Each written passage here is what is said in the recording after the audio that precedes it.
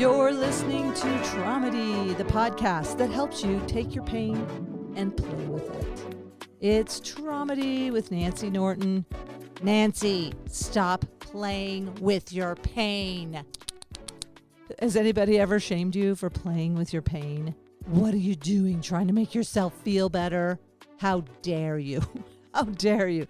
How dare you try to make yourself feel better when we are all suffering? Hey, you don't have to feel bad. Traumedy is not a replacement for trauma therapy. It is important to acknowledge your trauma, to process your trauma, to grieve the losses, and then play with it. This is Nancy Norton. I am a comedian and a keynote speaker. I'm a former nurse, so I love talking to healthcare workers and every kind of conference. Everybody needs humor. Humor helps team building, problem solving, job retention, pain management. And I just got my certification from the Association of Applied and Therapeutic Humor after a 3-year course of study that validate what we know intuitively, that humor is helpful in so many ways.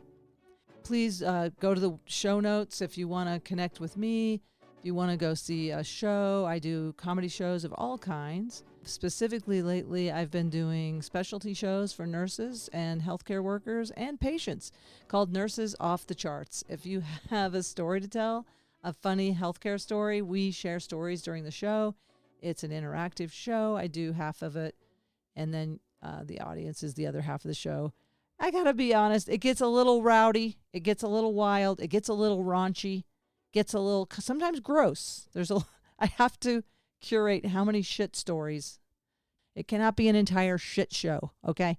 I mean, it's funny how the mind works though. One person shares a story about how difficult it is to get a person in a body bag, and then another person shares a story about getting somebody in a body bag. Here is one. Right here, here is just one example of a story shared at Nurses Off the Charts. Bonus material. All right, who had something? Anybody have a story? You got 2 dead people stories right here. Okay, I got you. I'll hold it. She's holding it. I'm gonna hold it. I'm really good at holding it. So that every person who puts in a Foley. As a baby nurse, they floated me from my ortho unit to the step-down unit. They tried to give me easy patients. One of them was dead, and I didn't know that. Went to do my assessment. She was very dead. And so I left her in the bed in semi-Fowler's position. Don't do that, guys, because then when it came to putting her in a body bag, I couldn't fit her into the body bag. She was stuck in semi-Fowler's. Oh! Semi-Fowler's position. Would anybody like to come up and demonstrate? Is it like the fetal position? What is this? No, it's not the fetal position. It's like there's supine, right? It's boat pose. It's boat pose in yoga. First of all, I would love to see your assessment because that would be so hilarious. Breath sounds faint. Pulse very weak. Bowel sounds. I bet there were still some gurgling. Did you hear any bowel sounds? I heard more breath sounds than Oh, you did? Oh, when you roll it, well, then sometimes it kicks in again. All right. Semi-Fowlers. Oh, man, at least you didn't do high Fowlers. Give yourself a little credit.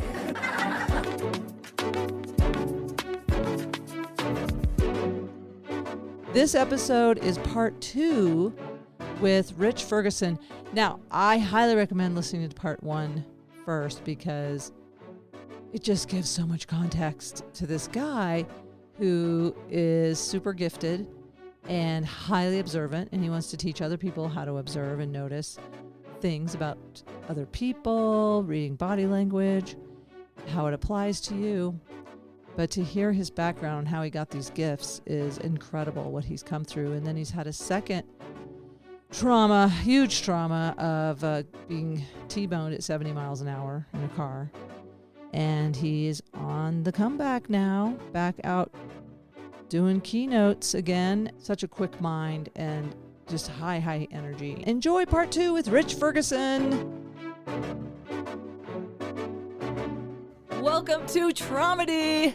It's part 2 with Rich Ferguson, magician, survivor, thriver, keynote speaker, Where were we last week? I had to have part 2 because you started sharing about your TED Talk.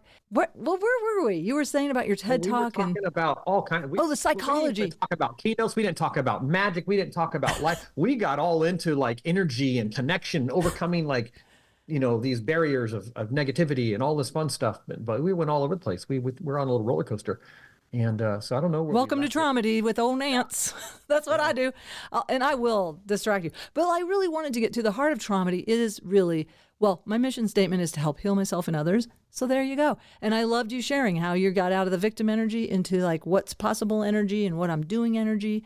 And that was important. And now what are you doing? That's what I loved hearing about how I could read people, because I've been wounded by people that did not always have my best interest in mind. And I'd love to see more signs of that. And also, like you're saying, if somebody's foot is pointing in a direction or reading body language or signs, I think it's fascinating. Would you like to share any of that? Or do people need to just hire you for the keynote to get the goodies? No, I mean, they hire me for a keynote. It's really appropriate for that convention or that retreat or that seminar, or whatever it might be for that sales team or that group. And it's great because you're getting entertainment and you're getting a speaker and all that. But to share it, I've shared it on some other podcasts and with friends and stuff. It's not a big deal. I mean, the gist of it is this: body language is crap. It doesn't mean anything. And that's weird coming from a guy who preaches it and teaches it and uses it for his career. Like, it doesn't mean anything to me at all. Okay. So if a guy is sitting next to me at a poker table, for instance, I toured around the world with Full Tilt Poker. It's a poker company, and I was really involved with poker back in the day. Oh. And I poker DVDs, wrote for some poker magazines. I was really into it in the 2000s. Wait a minute. They will let a magician, a sleight of hand expert, play poker? Like, I would be like, oh shit, this guy. Yeah, no, there's a couple of us, but no, I didn't even do that. They hired me as a consultant. They hired me as a guy to talk about things to do with your hands, your image, your psychology. So I was more like super aware of things. So I was good with my hands and my mind. So I was coaching people or just, I was sometimes like in Full Tilt Poker, I went to Austria, Germany. I was on tour with them, and they would have this Meet Rich Ferguson booth set up. People would come by and I would just educate them about how things work with tells, shifts of behavior, micro expressions and bluffs and cool things you can do with your hands with chips and all. Just that whole world was just my little bag. It was a trip. So wow. And then the false tail, and then the tail. I'm saying it like Southern tail. False tail and the false tail. There's layers of tails in there. Here's what I realized growing up. Well, not really so much growing up, but in college when I started doing engineering and psychology, those are what I kind of focused on.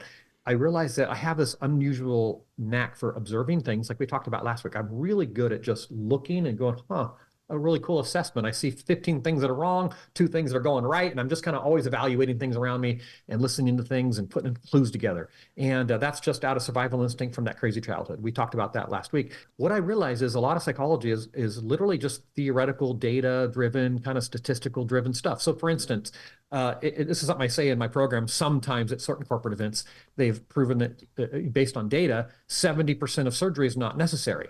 70%. Okay. Wow. So there's little surgeries here and there. It might not be necessary. However, wouldn't you agree that if my arm was chopped off and I ran into the hospital with a tourniquet on my shoulder, it would be 100% necessary I have surgery, right? So that's how I look at body language. Yeah, most of the time this person looks over here, they might be processing information versus recalling it unless they're left-handed. And it might be 40% the opposite because you don't know the person, you haven't baselined them and all this. It's all data. It's all statistically driven. Yeah. On average, a penis is 5.4 inches. Well, if you've got a 2-inch penis or a 9-inch penis, that's just because that's there. Yeah, there's this number and there's that number. So what? An average is average for a reason. It's based on a whole spectrum. Yeah. Now, if I'm in front of you live right now playing poker, I'm not going to look at you and go, well, statistically speaking, 4% of the time you have a straight flush because on the river you acted like this, but then you held your cards like that, but then you stopped chewing your gum and this, and I start doing all this math because the data says, how about I just look at you and I go, I can tell 100% that you're bluffing because I know the signs that tell me that. 100%. Wow. So that's the world I live in. I don't care about the data at all. So here's the crux of it. Body language to me means nothing unless something I just said or did caused it. So if I'm looking at you and you've been tapping your finger the whole interview, I don't care. Now, if I said, Nancy, the thing you said the other day actually affected me negatively, and you all of a sudden you're like, oh, wow. And then you start tapping.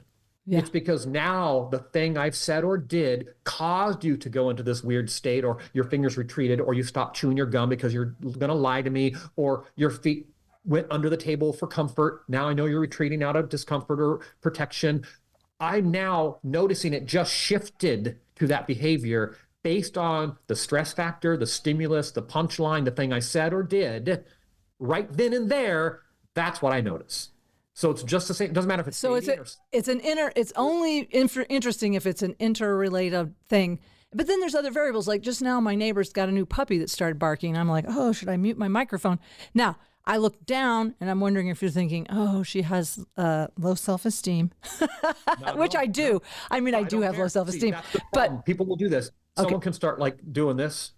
And someone else might go, oh, what, you nervous? What are you nervous? Well, no, now I'm not nervous, but now I'm annoyed because you're now saying something about me that wasn't the thing. And like, it's this whole game. So someone's got their arms crossed. Okay. And they've been crossed at a bar and you walk up like, what are you upset about? I'm like, yeah. Upset about? How about I have BO and I have sweat stains and I'm just hiding them? Or how about I have a tear in my shirt? Or how about I have Asperger's and I have to put my hand somewhere? Otherwise, I'm going to pick your pocket as a magician. So it's probably best that I put this out of my own comfort because this makes me comfortable. It's not that I'm uncomfortable. So you have to understand the situation. Now, if I'm sitting there talking to you and and you go, hey, Rich, were you the one that broke the window? I'm like, no, I don't really understand why you're asking me that. I wasn't even driving the car.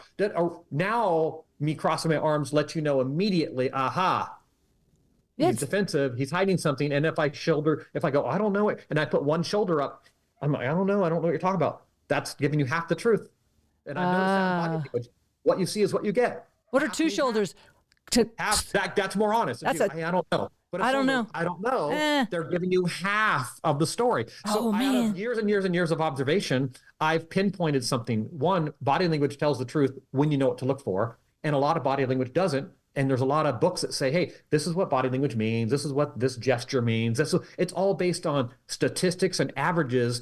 And that doesn't help you right now live in this situation, whatever that is, like poker or hiring or firing or sales or whatever it is. So what I've done is I have stripped away all of theoretical stuff, all the data-driven stuff, and I've pinpointed a moment, which is subconscious tells. Because conscious tells, I don't care about. Yeah. Subconscious tells are the things you don't know you do. Yes. So you don't know if you stopped chewing your gum. You don't know if you crossed your feet. You don't know if you retreated your thumbs. You don't know if you turned your foot a certain way. You're not aware of that. So I look for those moments right after I'm going to hit you with the punchline, which is like in poker. I'm going to raise you $50. And I watch someone over on that side bring their cards closer. Oh, they're protecting their cards. They're protecting them. I see them engage. They sit up taller. Oh, they're engaged. Uh-oh.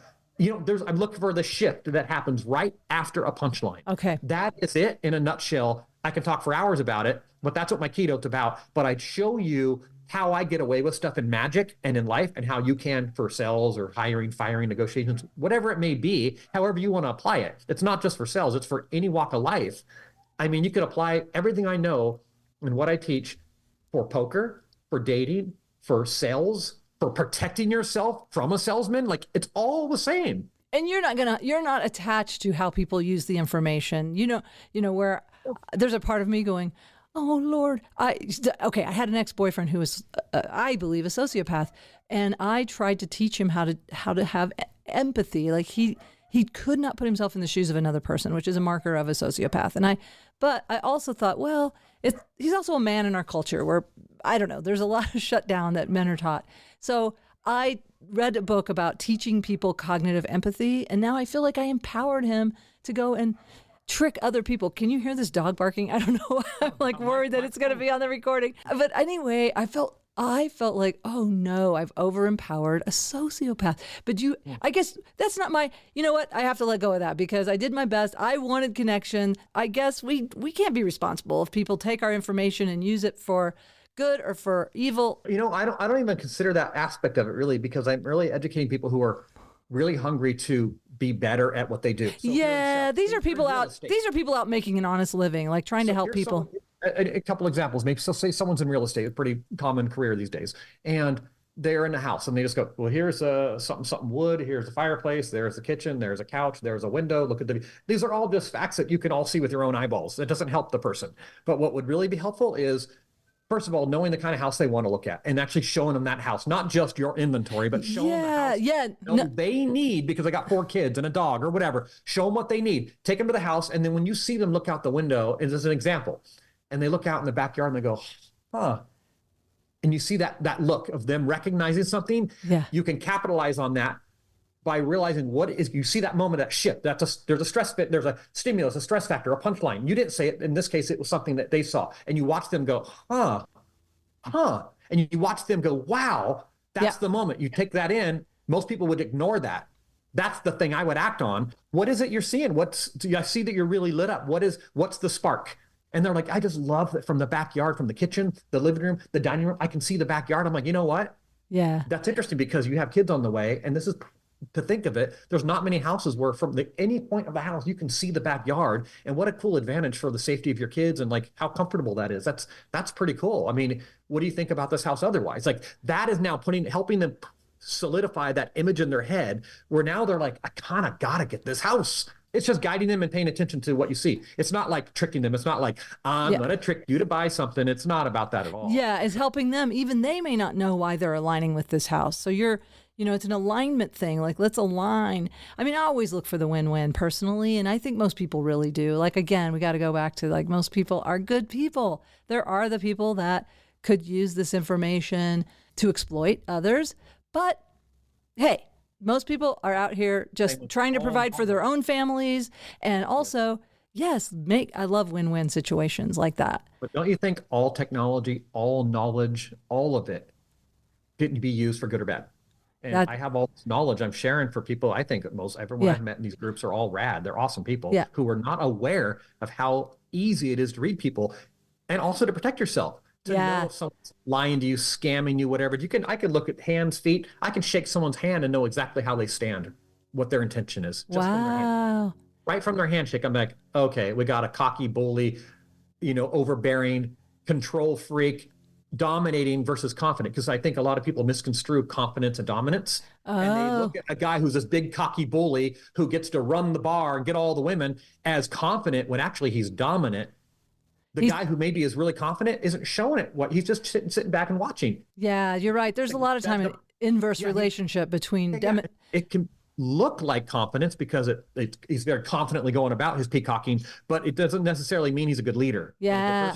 So it's an interesting game. So when I shake someone's hand, I can tell you right away if they're like, I'm in charge, you're not. And I'm like, wow, where's this coming from? Like we just literally met. Isn't a handshake supposed to be a time for neutrality? Like I don't know. Playing field. I'm thinking about running up to you and shaking your hand, and I don't do that. I don't do that during shows. I don't know where that came. I turned to my friends. I'm like, that was so rad. But I feel like, I know the spirit with which that happened was, I can't explain it, but I know it was like, let's play, man. I felt like that's what I was feeling that night was let's get this party started, Yeah. Maybe I knew you had energy. Maybe I knew you had energy and I was like, bing, let's tap into it. Maybe. I don't know. I don't know. But I was curious how that hit you psychologically when old Nance comes running out of the back. I loved it. You jumped off the stage, ran into the audience and shook my hand and just waved at the audience and ran back to the stage and you're being all crazy like you are. It was awesome. I loved it. Well, I was just curious about that because I'm not kidding you. That is not something that I do. Like that is not, I don't go out shaking hands of audience members. That is not how, I've never. That's so cool to know. It was just an interesting night. Oh, did I do a tell? I don't know. But I can't recall. Let me just say this. Now I feel like I'm on the stand. I cannot recall I cannot recall ever doing that. I do not recall ever doing that. I'm serious. Wild. I could watch hours of footage, which I do not like to do. That's why I offload my... That actually makes me happy to think that it was unique situations. I thought maybe you always jump off and run to the audience. No, that is not... I don't know what... You win a car, look under your chairs, I don't know how that happened. I know for sure I was listening to the previous performers and I was feeling like, man, we need more energy in here. So that's what I was thinking. So, and I don't know why I brought up that kind of devil's advocate thing about, well, are you teaching people to, trick people? But I think maybe that I trust what comes to my mind. Like I think people listening to that might be thinking the same thing. So I just try to ask questions that I think I would want to know if I was watching this myself. So here I am watching it.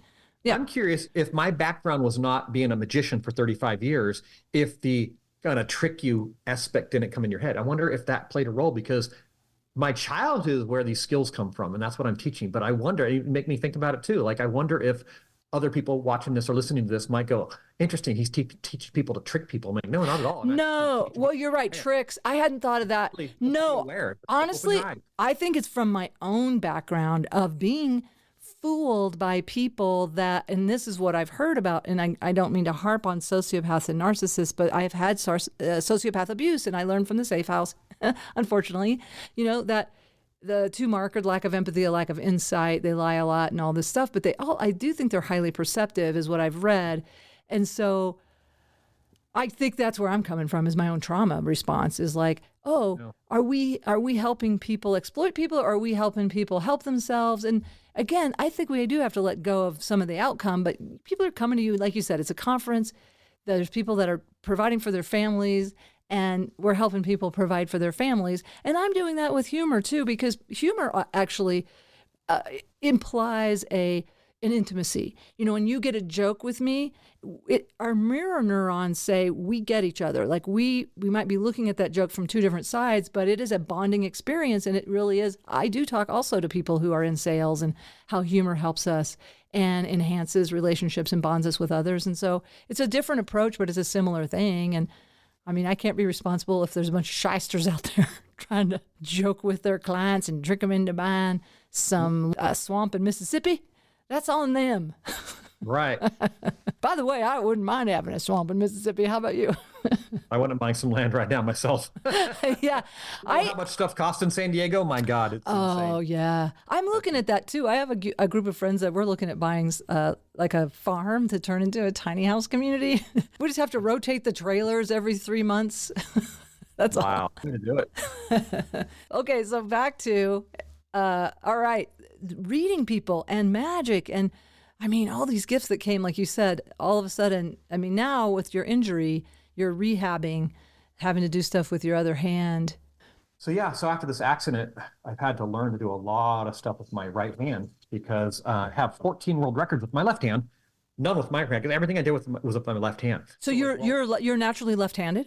With all my magic, I am. Yeah, some bowling. I do a lot of weird stuff with my left hand. I learned to write right-handed, but I think that just was the nature of the times. I don't know. But I do everything. I even do my mouse left-handed sometimes. So I think I'm left-handed. Yeah, but I bet you are. I had all of the difficult magic, like one-handed shuffles and rolling a quarter across your fingers really fast, all that stuff. Everything was left-handed. I had the world record in 14 different things with cards and coins and poker chips. And now I have to do everything with my other hand. It's a trip. I'm relearning magic like the other hand, and I can do it. But like it was wicked quick what I used to be able to do. Like I'm just rolling a ring. Wow, that's amazing. Some stuff with my left hand that was wild, and now I'm like kind of normal. Like most people would be like, "Wow, that's cool," but I'm like, "No, you don't understand. It's nothing like it was." You have video. I'm sure you have video of the before. I am there around, floating around. Yeah, that'd be interesting to put side by side because wow, I mean, I can't even. I don't even know what I was going to say. I can't even do this. I can't even do this. You just have to spell on me. Hey. Reiki, free Reiki. I do the free Reiki. You're welcome. You are healed. Okay. I actually do feel like I channel some healing energies. So enjoy. It's all for your highest good. I always ask, just let it be for the highest good. Only good things that are for my highest good come this way and go out that way for others. You ever give gratitude or talk to the power and light, love and light and that kind of a thing? You ever do that? I will, but I haven't said about the power and love and light. Yeah, that's what my aunt does. That's what my good friend does. And it's helped me a little bit to just kind of keep a mindset on this track, which is the positive track. I want to stay motivated and keep trucking forward despite the crap that's happened. It's important. So what I do is I end the day with, sometimes when I'm in the shower, because it's like, it's almost like a metaphorical thing. No, that really does cleanse. As you're rinsing off. For real. You actually are saying to yourself out loud, to the light, to the love, to the power, to the energy, to whatever you want to call it, to the universe, whatever you want to call it, to your God, whatever. But for me, it's to the love and the light. It's like, hey, just I thank you for letting me step forward more today and haven't be able to work out again, even though the arm's hurting, but let you, taking steps forward. And I really hope that my sister is going to do well with her hip injury. And I hope that this, and I hope that that. And it's like, I wish the best for this. I wish the best for that. And I'm looking forward to tomorrow to wake up and just kick ass again. And like, it's like a prayer, but it's like a quick little thing. As I'm rinsing off, I'm like, you know what? Let's keep moving forward. Let's kick ass. And it's just like rinsing the stuff off. And then you go to bed. And I'm telling you, you go to bed, like it's almost like you having a fight with your husband. It's like making up before you go to bed is important. Yeah, that's what they say. Clean that slate. You're going to sweat. You're going to sleep bad. You're going to have neck pain. And it's doing it to yourself. It's like making up with yourself. It's great. Thank you for sharing that. I'm gonna do that. I'm gonna make a practice of doing it more often because it is something on my mind too. I do something like a mental. I read Eckhart. I don't know. Have you read any Eckhart Tolle, The Power of Now? Is that more like self-hypnosis kind of stuff? No, it isn't. It's just about being in the present moment, and this is where the joy is in life. When we think about the past or the future, it's okay to plan for the future, but if you're living in the future, that's where it causes a lot of anxiety because you can't. Anxiety, big time, yeah, right? Yeah, you can't take action in the future. You can take action today. What can I do today? Plan for it though. But I'm a big planner. Like, I love to that's prepare for all these scenarios because one of them's probably going to work out, and I'll be more prepared than the average person. But like if you do too much, it can weigh you down, and then you'd be a mess, and then you can't function. So it's a balance. Yeah, but you are good at manifesting. So I think that when you're functional with it, that makes sense. But when it's something where I'm like, I'm borrowing trouble, way too much trouble, where it's taking me out of the present moment, and this is where the joy is in life. Anyway, The Power of Now, it changed my life. And that's cool. I like that. That's simple too. Power of Now. That's great. Yeah. But something he in one of his books, it was called Practicing the Power of Now. So it just had a lot of like really short meditations. And one of them was laying in bed and just picturing almost like a wave, like you're in the ocean and head to toe, just kind of washing over you. It's very similar to the shower. So that sounds like self-hypnosis a little bit too. Helping you be lay in there in your night and you're relaxing your head, your jaw. Yes, and that is like a head to toe. You don't realize you're biting, and you're just like you go through. You like relax your eyes. Yep. Feel it, and then your jaw, and then your neck, and then your shoulders, and then your arm, and your hands, and you don't even realize you're making a fist, and then you kind of relax a little more. Yeah. And then chest and your legs, and you don't even realize your feet are held up, and then you're like, oh, they flop over. And as you work your way down, you find yourself so relaxed in 30 seconds or a minute. Yeah. Because I don't think we realize we're holding things. Yeah, and there's another one like TRE, I think it's called traumatic release exercises, where you actually purposely hold things really tight till you get to that tetany, which is where you start shaking when you're holding something too long.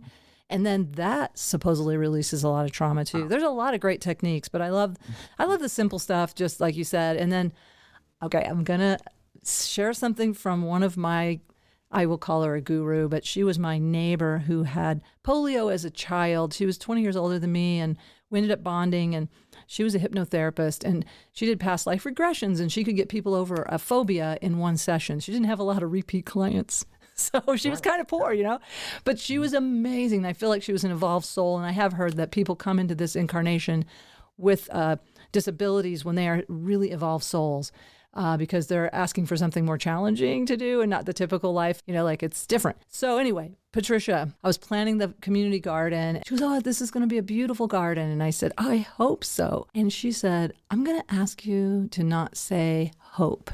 And I said, what? And I was kind of like, what? And she said, when you say, I hope so to the universe, you're saying, I don't think it will happen. And I'm like, what? I'm not sure. But then the more I sat with that, word, yeah. The more I thought about it, the more, because I heard you say the word hope in one of your things. I know hope is beautiful, but at the same time, now it's changed me. And every time I'm hearing that, especially somebody who's such a great manifester, I just was like, hey, I think there's a more empowering word there. I think it's like see it happening, or I support this happening, or I visualize this happening, or whatever it is. I see this beautiful garden growing. I don't know. It's just something to be with. Suit yourself. But I think that's very true. Yeah. I don't know. It's just something I wanted to share. You're writing a book. What is your? I don't want to misrepresent it. The book I'm writing is kind of like a bridge between my magic and also the psychology of like reading people, and they listen to the words out of people's mouths. Yeah. But here's an example. A guy's at a bar. He's talking to a lady. I could be upstairs at my buddy's bar in San Luis Obispo. He used to own this bar, and I'd just sit there and watch people. It was a fun hobby of mine. And my friends would be like, Rich, what's happening? I'm like, well, here, let me tell you what's going on. See that guy over here? Here's what's going to happen. And I would predict stuff because I'd see it coming a mile away. And here's an example. See a girl. She's talking to a guy. It can be a guy and a girl. It doesn't even matter who it is, but I'm just a scenario in my head. I see this guy talking to a girl. And she likes, is like, oh my God, can I get your number? Da, da, da. She's talking, oh, we get a beer. Da, da.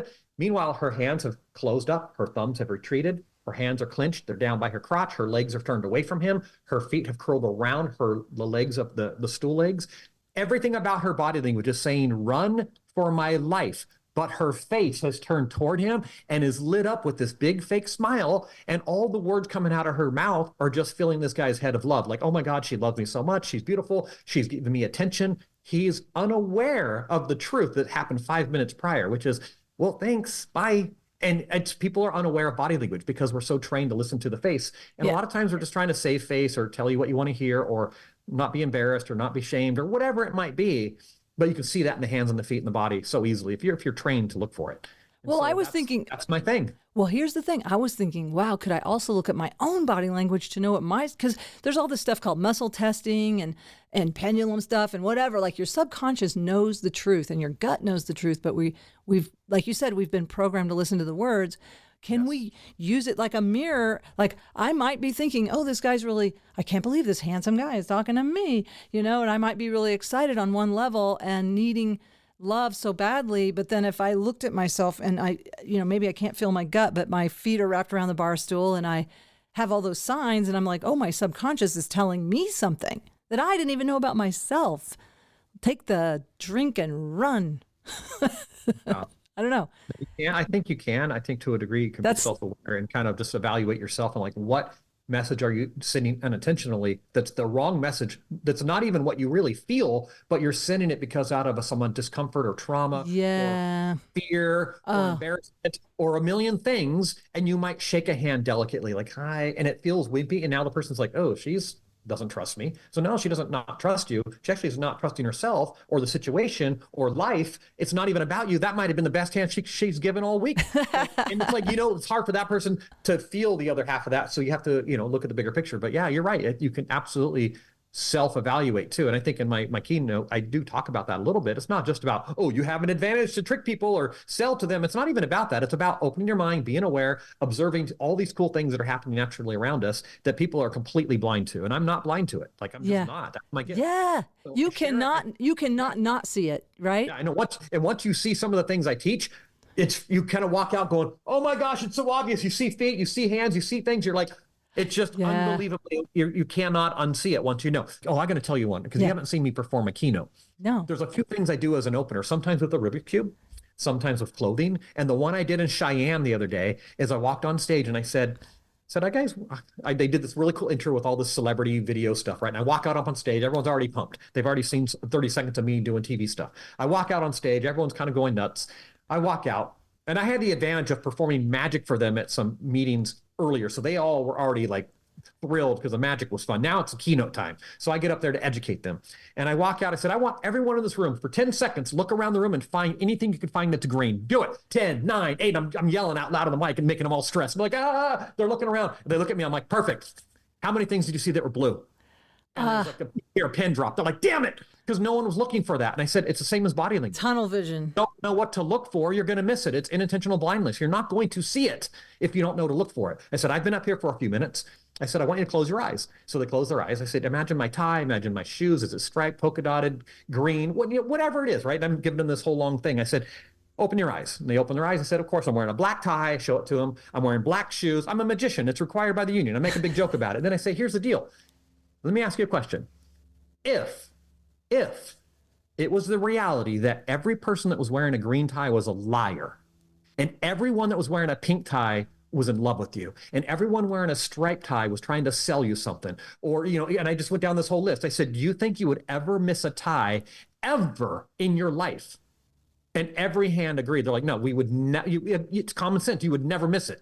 And I said, well, I have things to share with you today that are that blatantly obvious that once you see it and what it means, you will never miss it again. So that's my opening. And then I end that sentence with, by the way, what color is my shoe and tie? And the entire place goes nuts because now I got blue shoes on and a purple tie, and it pissed them off. It changed while I was talking, and they never even noticed. And so it's like a big slap in the face. Just wild. But yeah, if you don't know what to look for, you're going to miss it. But you're right. You can self-evaluate and help, get yourself out of maybe unintentionally maybe putting someone off, either putting someone off or just knowing like, oh, Nance, this is not a safe person for you. So move on, like for me, that would be the more of the marker. But I also know even like on the previous episode last week when I was saying goodbye to you, and there was a part of me that I think felt shy, or I don't know. I have trouble with closure and I need to work on my closure. And I remember thinking, I felt awkward for a second, and I looked away and I was like, I can't remember how I closed it, but I remember the feeling in my body of like, I'm uncomfortable because I don't know how to say goodbye. It makes me more self-conscious thinking about you looking at me and my body language. And one thing that's cool is I don't care. I only care if there's a stressful situation on the line. Or something on the line. I'm going to hit you with a punchline, hit you with a serious question. Yeah. Ask about a price. If there's a stress factor of a stimulus of some sort, and then I'll notice a shift of behavior right immediately following. Then I know how you truly feel about that, regardless of what you say. Yeah. And that just gives me an advantage in life to know, okay, here, I got her number. I know what she's thinking. Yeah, that's good information. Oh, right. Man, I kind of feel sorry for your toys that can't get away with a lie.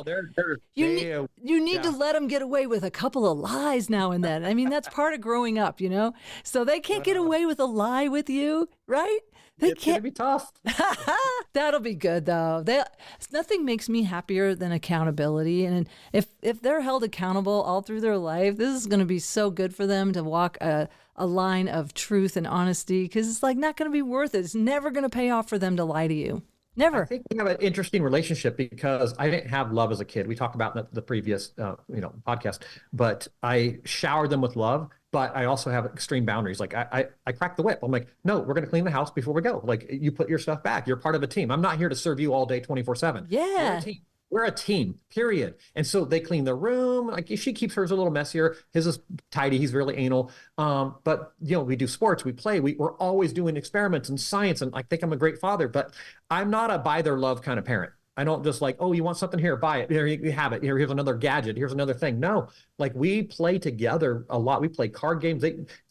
We play poker. They play advanced adult games. Like, they're smart 8-year-olds. Oh, I believe you. I'm sure. Smart kids, and they thrive on that. They're both in advanced learning. They're both in advanced stuff in school, and they're just really well adapted kids. But they have an understanding that, like, there's a little bit of like old fashioned ways in our house, but it's not strict. I've never had to ground them. I've never taken anything away from them. I think my trauma as a kid is strangely prepared me I'm kind of lost as fatherhood because I'm just kind of making it up as I go. Yeah. But I think I'm doing it in a way I feel is really good, because I think a lot of people are stressed or they're bringing their old trauma into the game or whatever it is. And I am so unbelievably loving with my kids. There's so much respect and love. Aww. But I don't know. I mean, I'm sure when they become teenagers, they're going to test the boundaries and try to get away with stuff. But I think they can trust me and come to me and talk to me about anything. And I've been through a lot, so they're not going to tell me anything I'm not going to be shocked. Yeah, they don't have to worry about, this will shock dad. I don't think you're going to be able to shock your dad. But I work on that as a leader. I'm a single mom, so and I used to be so judgmental about certain things, like, even just like seeing kids at the store with a bunch of jelly and peanut butter on their face. And I'd be like, why doesn't that mother clean that? And then one day you're just tired and you're like, I'll get it in the bath at the end of the day, let it grow, let it add some little like leaves and bits of sand and, like snack for later. Hey, come on. But it's just like, also I realized, well, for me anyway, this is not what the podcast is about, but for parenting and parents out there, like, I mean, I just have a hard time with setting a consequence and then following through with the consequence. Anyway, I feel for my son because he has not had great leadership in that way. We're doing our best, and he's a really good kid. He has a great heart. I know he's going to be okay. And I've got another year with him. I think he's 19. I'm still working on like setting clear expectations, clear consequences. Back to it's wild to think about my childhood and how I had none. I didn't have any parents, no guidance, no love, no support, no siblings, no parents, nothing. And so I lacked all of that, but I also didn't learn bad behaviors. You know what I mean? It's kind of weird. I get that. It's really weird. I thought about that a lot. I think, that's a valid thing because my joke is, I'm not the 9th of 11 children, but I was the 4th of 3 that were wanted. But the thing is, like, I really think it helped that my mother's stuff was diluted. you intuitively you have those skills. So that's great. And then you have a partner, or you have a wife that helps you? No, we are divorced of a few years now. That's what's hard. He's single, ladies. Exactly. Doesn't hurt to put that out there. My DM is, I don't even know what that is. DM direct message. I don't even know. Yeah, Instagram is. Yeah. Well, so what else do you want to share about your presentations, or about what you know, or what you want me to know? Give me some advice. Be a life coach. Like, how can I? It's one thing that came into my head, which I've talked to a few friends about when you were talking about the parenting thing. I think it's the same as in business too, in life and other goals you set. Is people have this immediate, instant gratification philosophy versus long term. Just like with training a pet, it's like you can stick to it for one day. It's like, no, you got to stick to it. Like just with your child, my kids, I have a rule, and that's the rule. Period. That is the rule. 24/7 every day. And then it's hard. It's like, it takes effort to like stop what you're doing and say, Evan, come here. Here's the rule. Remember we talked about to do all of that. Yeah. Is a lot of work in that moment, and everyone avoids that work. Yes. But if you don't do that, the mountain of problems you're going to have later outweighs that by such a long shot. And it's just the same with running a business or goals or working out or whatever it is. It's easy in the moment to be like, okay, screw it. Let's just make an exception today, or let's just let the dog on the couch today, or whatever it may be, Yes. whatever rules you have that you kind of have a gray area. I'm pretty like black and white on some stuff for a reason, because I've learned over a crazy childhood that I have to have some structure. Well, I believe you 100%, because I've seen all of your videos and all of your credits and all you've accomplished, and self-made person. So you've convinced me. And my dog trainer told me, he said, because our dog was rescue and had some bad behaviors, and he said, okay, if you're 99% consistent with her, she will learn that you're 100% unreliable. What? Wild. Just that 1%? 100%. Dang. Yep. That really landed with me. And so we have to be 100% consistent every time we go out the door first. She has to learn we stand between her and any threat. We are whatever it is, she has to learn where her role is. And I mean, I'm not saying I did it 100%. It's like the way it should be. It's tough though, right? Because you feel like you're going to break their spirit if you're too strict or whatever, but they're pack animals. They want to look to you for guidance and for leadership. And if you kind of leave it in a gray area, it actually gives them anxiety. Yeah, so that's right. That's right. That's exactly what he said. And that's the same with kids. They love the structure. They love to push against the boundary, and they love to get the resistance, like know that, oh, I am safe.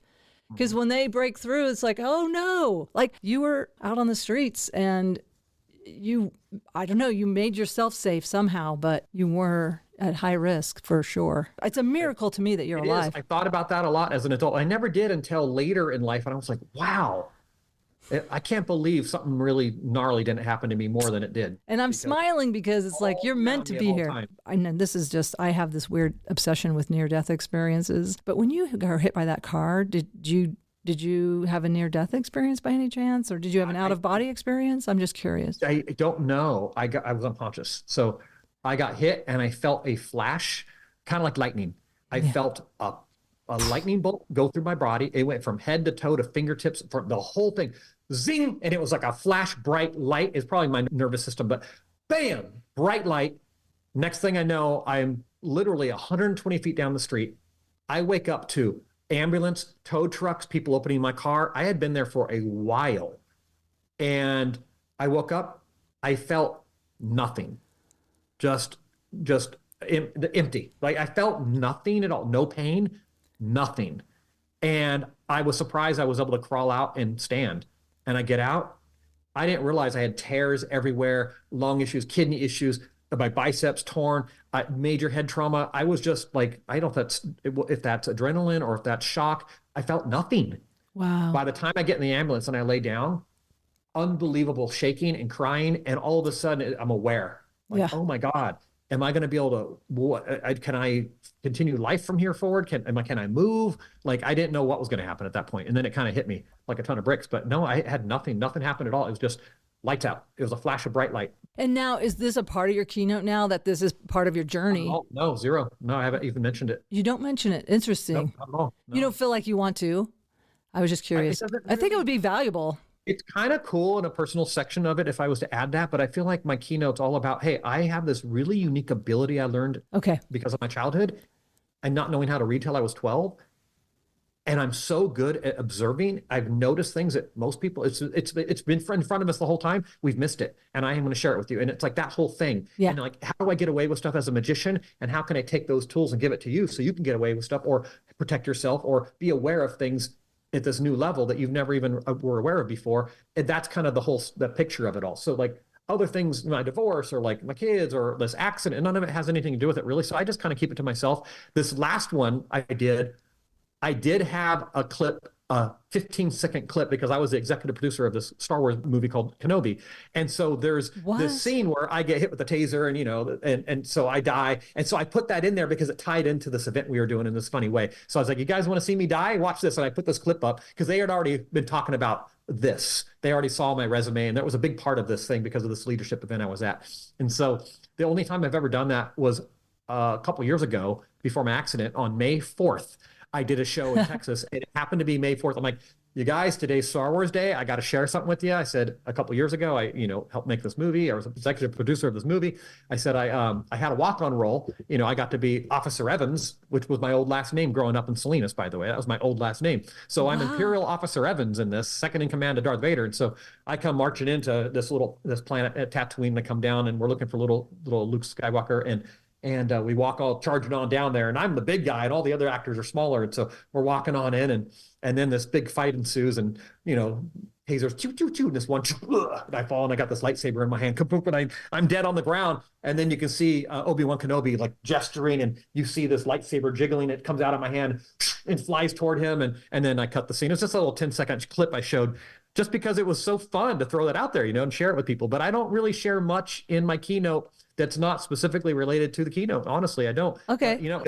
This is a true story. Well, you could have a second keynote all about survival and thriving after, because that fork in the road, when you did that and you got yourself out of that, whatever that was, that pain and that self, that's on, well, watch the other episode if you want to know. And also watch the previous episode if you want to know why he has two names, because that's fascinating that you had that life where you ended up in foster care and got adopted. And I interrupted you again, but I don't know if I derailed you from your thought there, but I thought we should point out why you had a different name. And it's all good. Yeah. So I do want to share one thing. So I was talking with my friends after seeing you at the comedy show, and, me at the infancy of getting now fully, I'm going back to work. I'm doing my thing, and I have a huge, background in magic and all this stuff. And I've worked really hard to get toward this keynote direction.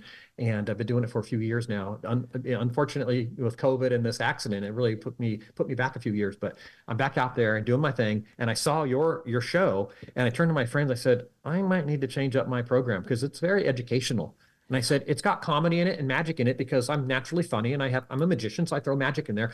It's a great keynote. So when I saw you at the comedy show, I turned to my friends. I said, I might need to change up my keynote just a little bit because I'm envisioning now, because I just came from the night before and did a show up in Cheyenne, Wyoming. That's why I was in Denver, by the way. So I was watching your show and I was inspired. I was like, oh my God, because I'm pretty funny, naturally improvisational, right? And so I'm like, I need to add more of me into my keynote. Yes. And strip away a little of the education, scale it back a tiny bit, right. Keep the magic, of course, because that's a big reason I do what I do, and have a little bit more, a couple segments of me just chatting. I think I need to add that. I really do. I love that. I love the connection and knowing who are you and why are you doing this? And that's me. I love hearing that. I think, yeah, okay, that sounds good. And you can always, hey, if you want to know more, here's the webinar. I don't know. I have never done that, but I wouldn't mind doing that for the more in-depth, because I can't imagine. You must have so much information to pack into an hour. And is there anything you'd like to teach me or that you might teach me? Like thinking of me, who I am, Nancy Norton, comedian, keynote speaker. You've talked about your eye because you have an eye, but what's funny is I think in about 1 minute after you get to know someone, like if I had a few fingers missing, you might notice that right off the bat. But after a couple of minutes, it just goes away, and then it's gone. That's just it's just a part of me. And I try to tell people, look at this one, and So for you, that's your thing. But for the rest of us, we're like, well, I don't even notice it after a second. It's a weird thing. And some days are better than others with it too. Like if it's really, there's some days if I've had enough sleep and stuff like that, I can, or if I've taken my ADHD medication, I've noticed that she dials in on the amphetamines. I don't know. Only thing I thought of, even in all the times that we've talked and at the comedy show, is I wish you had merch. I wish you actually did have a lot of merch, because you have all these sayings. Yeah. And the sayings, I think, sell better than here's just like I have merch. I have I have these body language playing cards. I don't know if it's backwards on your screen. It could be reversed. No, it's not. It's how to read anybody body language playing it's cards. forward. And they're just playing cards. And the way this is just an example. So the playing cards are regular cards, right? They're just cards. But like, here's a scenario. Ooh, I want some of these cards. Like, I mean, just find an example. Like, there's so many. I'm just trying to find a really good one that's easy to explain without any. Oh, here's a good example. There's some feet. Okay, and then there's a description right here. Well, the spades are all about feet. The diamonds are all about the face. The clubs are all about hands. So each suit pertains to a category of body language as well. And what's interesting is if you're standing in a group of people and you see a person standing there and everyone else's feet tend to be facing a person, that person is in charge. That person is the most attractive. That person is the one I need to talk to. When I go to a group, I'm like, "How you guys doing?" And I turn to that person. You want to see something crazy? And I put my arm around them. Oh. Instantaneously have the attention of everyone in the group. Wow. Instantly. Okay. Out of one simple observation of looking down and knowing who's the ringleader in that group. He could be the boss, could be the richest, could be the prettiest. There's something about that person, could be a celebrity. There's something about that person that everyone else is gravitated toward, and you can see it in the feet in a big group. It's wild. And once you see it, you can't unsee it. That makes sense. And so then you align yourself with that person. Yeah. So back to merch. So I have some merch, but I don't do a keynote and go, "All right, folks, I have a table out back." I kind of would like to have that kind of a thing and sell a book, sell some cards. These are just online through my website, and people find it organically through my social media or whatever. Oh, cool. But I have these, but I just feel like this stuff sells. But what really sells, I've found, like on TikTok shops and different places, on Etsy and places like that, is the things that have cool messages. Yeah. You seem to be filled or with a those. joke, like your ACDC ADHD joke. Yes, things like that have a little humor and a little. Yeah, cool. Yeah. I feel like if you had merch, my God, I would buy a cool T-shirt if it had something really funny about you, because I think your audience loves you. And it's like people show up to comedies or magic shows or keynotes and they see it and they're like, "Okay, I took away a nugget or two," and you leave. But when you resonate with an audience, when people like you as a person, I think it's a no-brainer. Yeah, they like to have a little something. I think, I have little things, and that particular event, I'm doing another one there in a couple of weeks, and this is, is that the one that's the nursing one? Yeah, the nurses off the charts. Yeah, nurses off the charts. I just feel like I want to be a healer for the healers, and it was for the highest good that I'm not doing it. Like my joke says, I got out of nursing to save lives. But the point is, I will have merch at that one because I do think people like to take away a little. Most of my stuff is like is more like an affirmation or something like that. But thank you for that feedback. Cool. Thank you for that feedback, and that's good coaching right there. And I've only recently just started doing some merch, but when I was working back in the 90s, I just love doing comedy. I just love it. I would often forget to get paid. Oh my God. I don't know. I think I'm like money averse or I must have something about it where I just love doing the art. And I literally would start to leave and they're like, "Wait, we haven't paid you." But then my cohort or somebody, the other act on the show would be selling T-shirts and making 5 times what I made that night selling merch.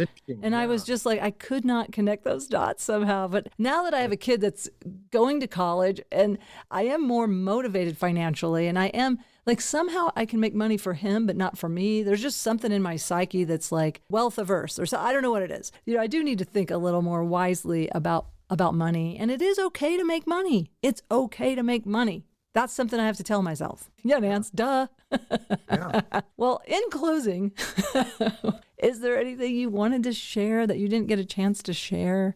I just enjoy hanging out with you and talking to you. It's been fun, but I'm so stoked to meet you at the show. For those who didn't know from the previous episode, we met at a comedy show.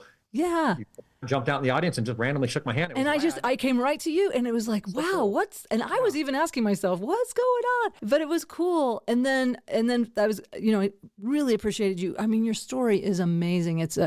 You guys ought to hear this first episode. I do want to put a link to whatever video you want on there, and then people can reach you. What is your website? It's just Rich Ferguson. Rich Ferguson. You're exactly what I would want to see because it's so exciting. I can't imagine like ties and shoes changing color. And it's fun. And then I walk in the audience, I'll do a trick or two just as analogies. Like, so, the keynotes, anywhere from an hour and a half long, depends on what they want. And there's 4 or 5 magic tricks in it. Yeah. They're part of each chapter that we're doing. So they kind of tie into what we're talking about. And I hope it makes it memorable, but also breaks up the education part because, it can be And a makes lot it to just sit there and, yeah. and they want fun. They want fun and exciting. So that's going to be cool. And then let me know if you ever get back to Denver. Keep me posted on your events around this region. Well, thank you again, Rich. And please stay in touch. Let me know how things are going. Okay, no, I appreciate it. Thanks, Nancy. And I'm so, like I said, straight to your face the other day, I said, you're amazing. I just had to meet you. So I'm so stoked that I got to be on your podcast and just jump on this. This is kind of impromptu and it was wonderful. So thank you for having me. Peace and love. This is how I end. Peace and love. Okay. Okay, bye. Bye. I want to thank my guest, Rich Ferguson. Visit his website, watch his TED Talk, watch all the YouTube videos. He has almost 3 million YouTube followers. Hire Rich for a keynote. And thank you for listening to Traumedy. I hope this podcast is helping you half as much as it's helping me. I would love to hear from you if you want to be a guest. Coming up, we have a lot of guests from the Association of Applied and Therapeutic Humor, folks who have been studying this for a long time and will share their insights about humor, and have people who have written books about the therapeutic value of humor. I want to thank my son, Nathaniel Norton, for the music. Tune in again next Tuesday. I upload an episode every Tuesday, except when I don't. It's Traumedy Tuesdays with Nancy Norton. And remember, no matter what, keep laughing.